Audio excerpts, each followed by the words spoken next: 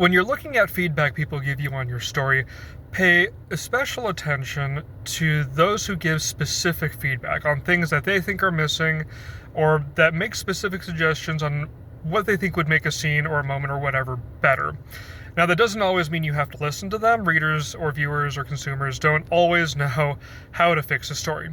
But when they're specific, what that communicates to me is that they've thought specifically about my story and what it's missing, as opposed to someone who sees some creative work that doesn't fit their preconception and is trying to fit you into their mold. A recent example of this was I put out a blurb of my upcoming young adult novel Songbound to get some feedback, and one person came back and said that the blurb was too short and that I couldn't properly convey my story in so short of a blurb. And that's not bad feedback on itself, but as I read further, what I noticed was that instead of saying I'm confused about this character or this thing doesn't make sense, what they were trying to do was put me into a formula that they thought would be helpful, without regard to whether my blurb was actually doing its job.